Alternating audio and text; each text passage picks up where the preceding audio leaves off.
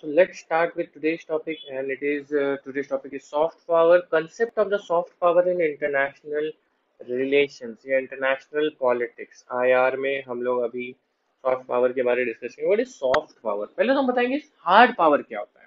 What is hard power? Hard power is the military base, military capacity. हमारे पास army कितना है, हमारे पास nuclear weapon या वेपन कितना है हमारे पास, वो न्यूक्लियर हो या कोई और वेपन हो, मिलिट्री वेपन हो. न्यूक्लियर वेपन कितना है, मिलिट्री कैपेसिटी कितना है, कैपेबिलिटी कितना है, what are the types of military we have, navy, air force, then normal army, border force army. ये सारा हो जाता है हार्ड पावर. ठीक है. सॉफ्ट पावर, जैसे कि अमेरिकन स्कॉलर जोसेफ एस नाई कहते हैं, उन्होंने इस कॉन्सेप्ट दिया है. अमेरिकन स्कॉलर जीएस नाई ने ये कॉन्सेप्ट दिया है सॉफ्ट पावर का. ये सॉफ्ट पावर को एक तरह का अट्रैक्टिव पावर के रूप में डिस्क्राइब करते हैं. So soft power is the ability to achieve desired outcome through persuasion. किसके थ्रू?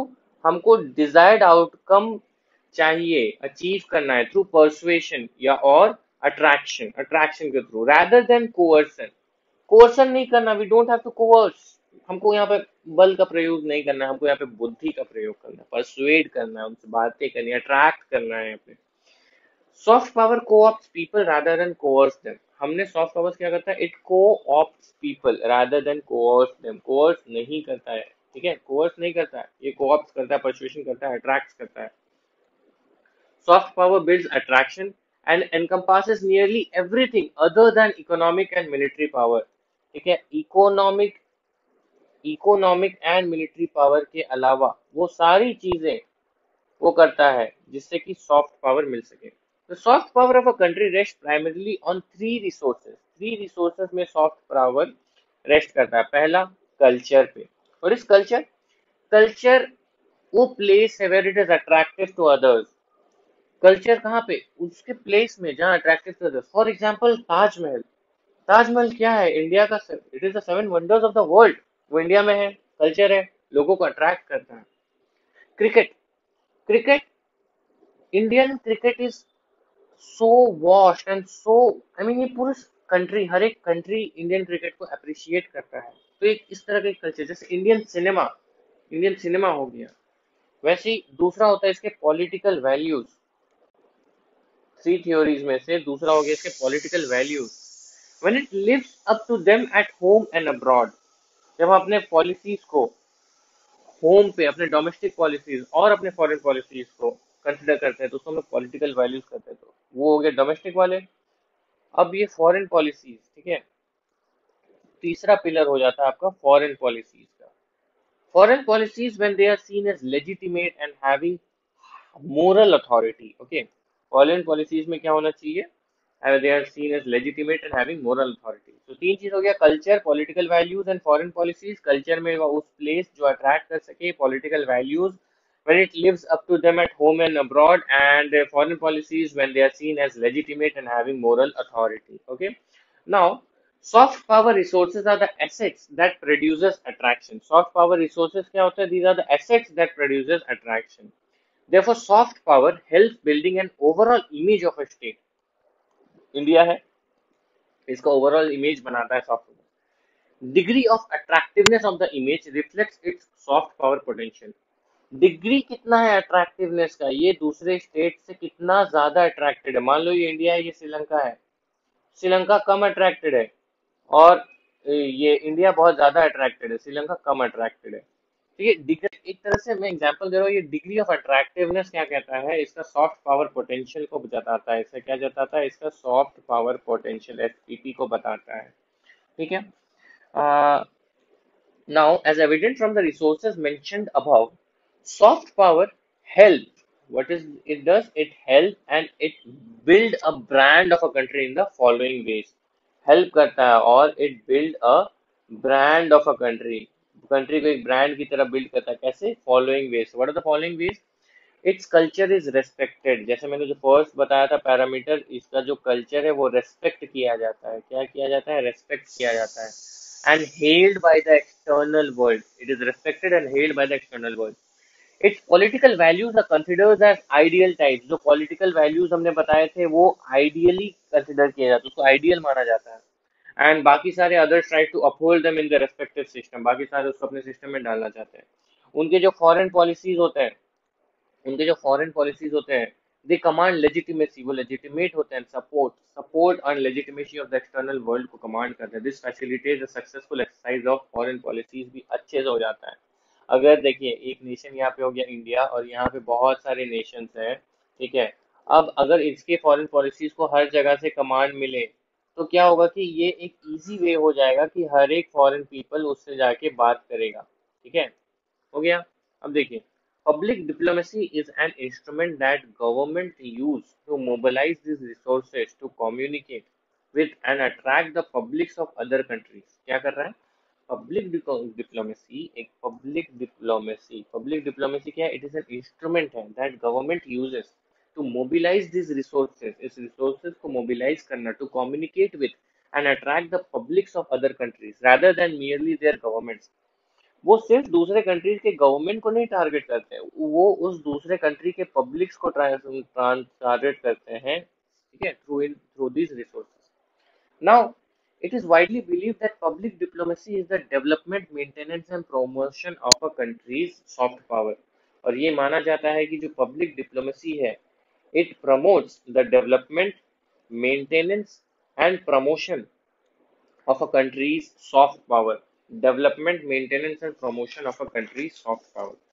नाउ, जैसे कि मैंने स्टार्टिंग में बताया था कि हार्ड पावर क्या होता है और सॉफ्ट पावर क्या होता है, तो if we distinguish between the hard and the soft powers, तो सबसे पहले हम तो बोलेंगे हार्ड पावर टैंजिबल है, ये मटेरियलिस्टिक है। ये क्या है? मटेरियलिस्टिक है, ठीक है, materialistic. That is these are the threats of coercion sticks. जैसे मैं लाठी दिखाता हूँ तो मैं तो आपको डरा रहा हूँ, ये मटेरियल, उसको मैं टच कर सकता हूँ। इंड्यूसमेंट्स एंड पेमेंट्स, पेमेंट के नाम पे। It is ideation. Soft power क्या है? दिस इज आइडिएशन, ये एक आइडिया है। This is an attractive power. This is compelling, ये आपको करना ही पड़ेगा, ठीक है। दिस इज वॉलंटरिंग, आपको करना है तो करिए, नहीं करना है तो मत करिए। शाहरुख खान ने एक बॉलीवुड में अच्छा सा सिनेमा दिया, उस सिनेमा को बाहर वाले देश वाले कितने मजे से देख रहे हैं। अब उनको देखना है वो देखे, नहीं देखना है ना देखे।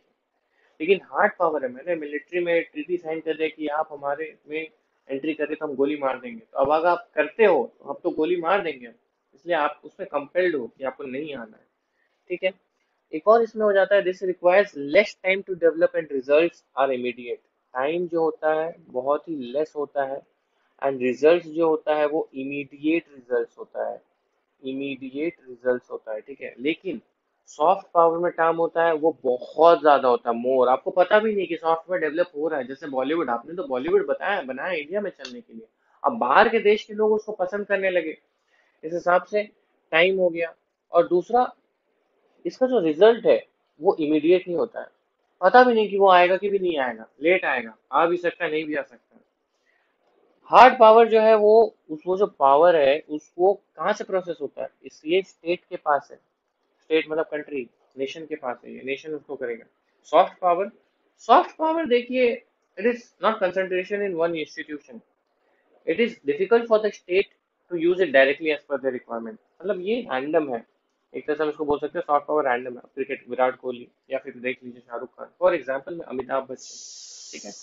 Critics criticize soft power for its limitations। सब कोई बोलते हैं कि soft power limitations। They argue that soft power is not dependable and cannot help achieve national interest। Therefore, they suggest that hard power should never be ignored by country। Critics ये कहती है कि soft power जो है वो dependable नहीं है, उसमें हम डिपेंड नहीं कर सकते, और ये नेशनल इंटरेस्ट को अचीव कर नहीं सकती। जरूरी नहीं है कि वो अचीव कर ले, अब हम कर लें तो अलग बात है, नहीं करें तो अलग बात है, ठीक है। But now we see that, इसीलिए किसी भी कंट्री को, नेशन को हार्ड पावर नहीं छोड़ना चाहिए। अब हम पढ़ेंगे इंडिया सॉफ्ट पावर पॉलिसी, ठीक है। हम क्या देखेंगे? India soft power policy. आपने समझ लिया सॉफ्ट पावर क्या है। अब इंडिया का सॉफ्ट पावर पॉलिसी देखते हैं। India soft power is underpinned by civilisational heritage, is underpinned by its civilisational heritage, civilisation उसका हेरिटेज कंट्री का, एंड कल्चरल प्रोवेस। कौन से दो चीजें? Civilisational heritage and cultural prowess. India's diverse yet coherent cultural fabric spreads across the length and breadth of the country. Furthermore, the rise of India's global stature in recent decades at various multilateral forums, for example, the increased popularity of yoga. Yoga आपने देखा, international day of yoga 21 June declare कर दिया गया just because of India. Ayurveda, development of Ayurveda, improvement, innovations in all over the country is followed, especially during the COVID time. And the world community embracing Namaste as a greeting. See, COVID का एक और example है नमस्ते. नमस्ते को greeting की तरह उन लोगों ने यूज किया कि हाँ हम नमस्ते करेंगे, हैंड शेक नहीं करेंगे. We won't shake hands but we will do namaste. किसके टाइम पे? ऑनगोइंग बैडमिंटन के टाइम पे. ये इंडिया का सॉफ्ट पावर्स का कुछ मेन एग्जांपल्स है अभी के टाइम पे. ठीक है. एंड इंडिया के पास बहुत सारे सॉफ्ट पावर रिसोर्सेज है. तो अभी हम देखेंगे सॉफ्ट पावर, इंडिया का soft power resources. What are the India soft power resources? तो इंडिया रिलीजियस डाइवर्सिटी. पहले तो रिलीजियस हिंदू, मुस्लिम, सिख, ईसाई, हम हिंदी हैं भाई भाई. ठीक है. तो India regional diversity, Jainism, Buddhism, इतना सारा चीज है. तो वर्ल्ड के जितने भी मेजर रिलीजन है इंडिया में है, चार जो कि इंडिया में हुए थे, स्टार्ट हुए थे, जैसे हिंदुइज्म. हिंदुइज्म हो गया, बुद्धिज्म हो गया. ठीक है. बुद्धिज्म. जैनिज्म ये भी इंडिया का है, महावीर जैन. एंड सिखिज्म गौतम बुद्धा था. और ये सिखिज्म गुरु नानक जयंती जो हम मनाते हैं. तो हिंदुइज्म, बुद्धिज्म, जैनिज्म, सिखिज्म ये चारों इंडिया में ग्रोन हुए. These are home grown. और चार बाहर से आते हैं, जैसे जुडाइज्म जो अभी इंडिया में है, क्रिश्चियनिटी जो इंडिया में है, देन इस्लाम जो बाहर से आया इंडिया में है, and then the last is Zoroastrians. Zoroastrians जो है, जोरोस्ट्रियनिज्म, वो भी बाहर से आया है. तो ये जो है, ये सारा इतना सारा major religions of the world are present in India, and one of the most important is Buddhism. One of the most important is Buddhism. Buddhism is the heart of diplomacy. हम क्या कहते हैं? Buddhism is the heart of diplomacy in India. ठीक है. क्योंकि इससे इससे ही maximum चीजें होती हैं. जैसे देखिए, और क्योंकि जो इंडिया रिलेशन है साउथ ईस्ट एशिया के साथ, जो साउथ ईस्ट एशिया है या फिर जो एससीओ कंट्रीज है, Shanghai cooperation organisation countries, these are built up these are being built up by emphasizing India's historical links with Buddhism. इनमें बुद्धिज्म का, इंडिया का हिस्टोरिकल लिंक दिखाया जाता है बुद्धिज्म के साथ. ठीक है. उसके बाद तो योगा एंड आयुर्वेदा जैसे मैंने बता ही दिया. उसके बाद एक और है, प्रीवियसली गांधीयन आइडियल्स. गांधीयन के जो आइडियल्स थे, गांधी जी के जो आइडियाज थे. देन जैसे मैंने पहले बताया, क्रिकेट. क्रिकेट का पॉपुलैरिटी सब कॉन्टिनेंट में ये बहुत ही बड़ा बाइंडिंग फोर्स. आपने ये देख लिया, इंडिया इंडिया में क्रिकेट कितना है, पाकिस्तान में क्रिकेट कितना है, देन आपका यहाँ से आपका बांग्लादेश में क्रिकेट कितना है, श्रीलंका में क्रिकेट कितना है. देखिए, इंडिया के नेबर्स में ही क्रिकेट भरा पड़ा है. उसका हेड किसको देखते हैं? इंडिया का है. ऊपर से इंडिया का रिजल्ट कितना अच्छा हो रहा है क्रिकेट में. So this cricket and its popularity in the subcontinent, ये हम लोग subcontinent कहते हैं. It plays an important binding force, vibrant and liberal democracy.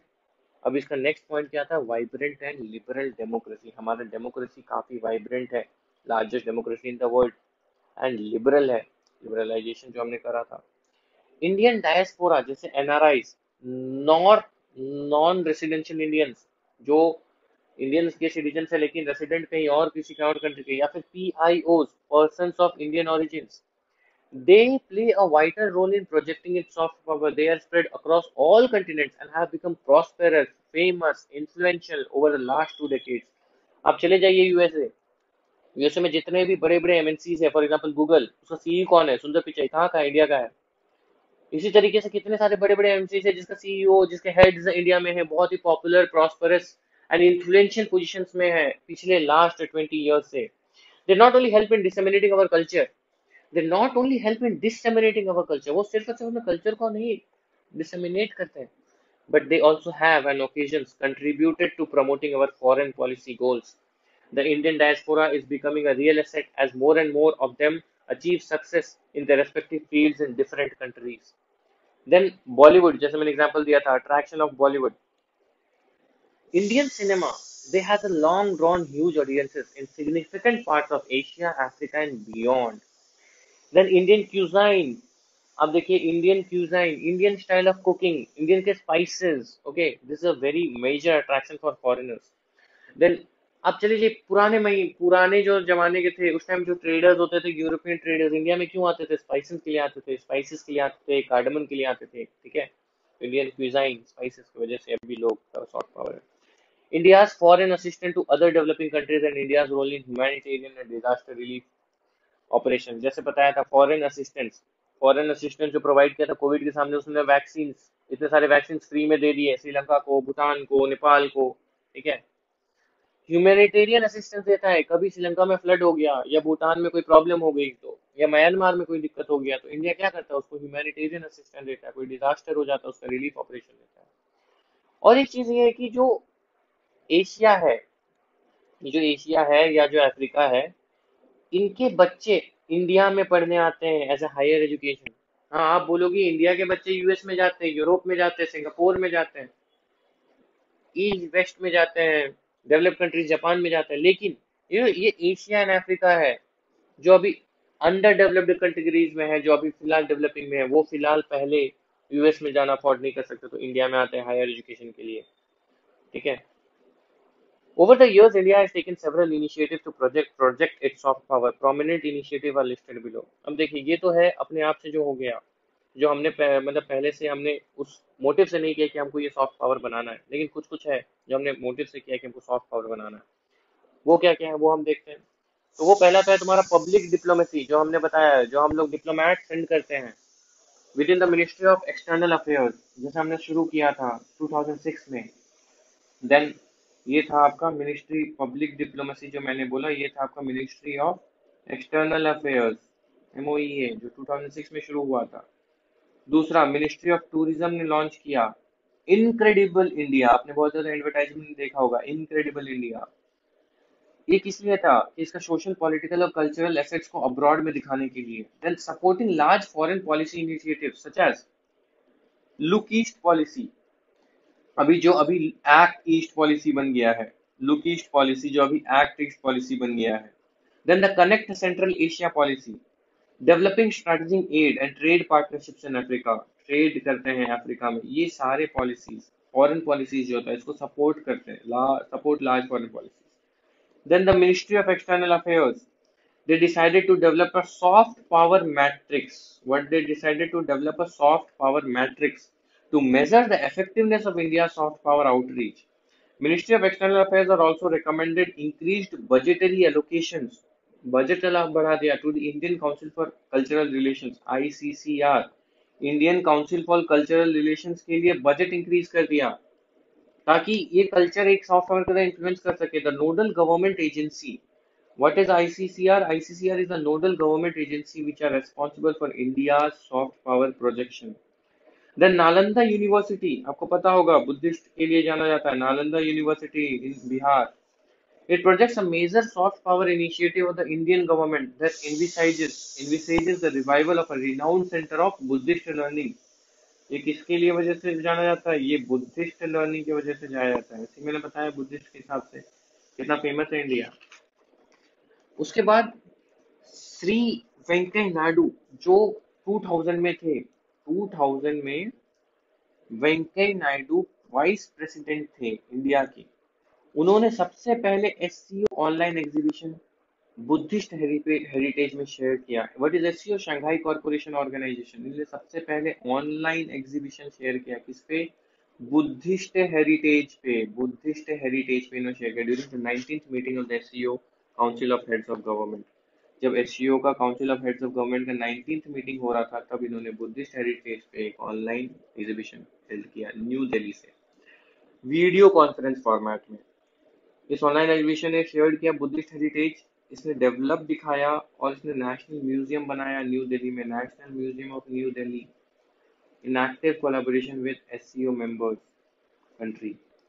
इन 2005, 2005 नहीं, 2015, newly elected Indian prime minister Modi ji, अपने मोदी जी जो हैं, उन्होंने एक मेजर डिसीजन लिया। He successfully persuaded the United Nation, जैसे मैंने अभी दो चार मिनट पहले बताया कि यूनाइटेड नेशन को हमने परसुएड करके जून 21 को इंटरनेशनल योगा डे डिक्लेयर करवाया इंडिया के तरफ से। और 2016 में इस ओकेजन को मार्क करने के लिए यूएन सेक्रेटरी जनरल यूएनएसजी बंकी मून, जो कि म्यांमार से थी, बंकी moon UN secretary general, okay, they she highlighted the physical and other benefits of practicing yoga का उसने benefits highlight किया, and his endorsement was widely seen as a new high for Indian soft power. Then Project Mosam. What is the project? The new project is Project Mosam. मौसम समझ रहे हैं क्या चीज से है? ये मानसून से है, आपको तो पता चल रहा है. This is a ministry of culture project. ये मिनिस्ट्री ऑफ कल्चर, कल्चर का एक प्रोजेक्ट है. ये क्या है? It is to be implemented by Indira Gandhi National Center of Arts, Indira Gandhi National Center of Arts, New Delhi, as the model coordinating agency with support of Archaeological Survey of India. Indira Gandhi National Center for Arts, New Delhi, in support of Archaeological Survey of India and National Museums जो था for the associated bodies. The endeavor of this project Mosam is to reconnect and re-establish communications between countries of the Indian Ocean world. कहाँ पे? Indian Ocean world countries, which would lead to an enhanced understanding of cultural values and concerns. Then vaccine मैत्री, जो मैंने अभी आपको तब से बता रहा हूँ, वैक्सीन मैत्री, कोविड के टाइम पे कोविड वैक्सीन हमने बांटा था, इंडिया सॉफ्ट पावर को बढ़ा दिया. Then inauguration of the Kushinagar airport. Recently एक इंसिडेंट हुआ है, कुशीनगर एयरपोर्ट, इसको इनॉग्रेशन हुआ. कहाँ पे हुआ इनॉग्रेशन, एक क्यों हुआ? Because it will facilitate the pilgrims from across different sites in different parts of the world by providing seamless connectivity to various Buddhist sites in India. Kushinagar airport बनाया गया था जहाँ से हम लोग उसको बुद्धिस्ट रीजन या बुद्धिस्ट साइट्स से कनेक्ट कर सके, various parts of the world से. It will help in developing Kushinagar as one of the principal places of Buddhist pilgrimage. Buddhist pilgrimage बनाने का इसको बात किया गया. Pilgrimage, okay. The inaugural flight at the airport from Colombo, Sri Lanka, carried 125 monks, Buddhist monks and dignitaries. 125 flights लेके आया था जब पहला वाला आया था. अब देखो, इसको हम कंक्लूड करेंगे. Over Reliance of soft power can be counter productive. ये हम कहना चाहते हैं कि सिर्फ सॉफ्ट पावर पे हम अगर वो करें, सिर्फ सॉफ्ट पावर को हम सोचे, तो ये this can be counter productive because this doesn't gives immediate results and doesn't give results of our intention. ठीक है? Many experts have argued that India should not over depend on soft power. हमको over depend नहीं करना है. Soft power suffers from many limitations, right? It is not tangible. वो है, touch नहीं कर सकते हम उसको, tangible वो उसको मटेरियल नहीं है. Its impact cannot be assisted. Tangible नहीं है ये. उसका इम्पैक्ट हम लोग असेस नहीं कर सकते. क्या इम्पैक्ट होगा, कितना होगा, उसको असेस नहीं कर सकते. It is voluntary in nature. Voluntary है, जिसको करना है करेगा, जिसको नहीं करना नहीं करेगा. And it is not under the strict position of state. It is not under the strict position of state. ये स्टेट के कंट्रोल में नहीं है. ठीक है? इसीलिए जो मैंने स्टार्ट में बताया था, जिन्होंने कॉन्सेप्ट दिया था सॉफ्ट पावर का, जेएस नाई, उन्होंने जोसेफ नाई, वो सजेस्ट करते हैं स्टेट को क्या करने के लिए, स्मार्ट पावर डेवलप करने के लिए. क्या करने के लिए करते हैं? स्मार्ट पावर डेवलप करने के लिए. ठीक है? So developing soft power at the cost of ignoring hard power resources is not advisable. कि आपने सॉफ्ट पावर डेवलप किया, हार्ड पावर नहीं किया, या हार्ड पावर में जो पैसे लगने थे उसको भी सॉफ्ट पावर में डाल दिया. तो आपको क्या करना है? आपको स्मार्ट पावर डेवलप करना है. And what is smart power? It is a combination of soft plus hard power. Do you understand? Okay. So thank you. Please like, subscribe, and share this videos to your fellow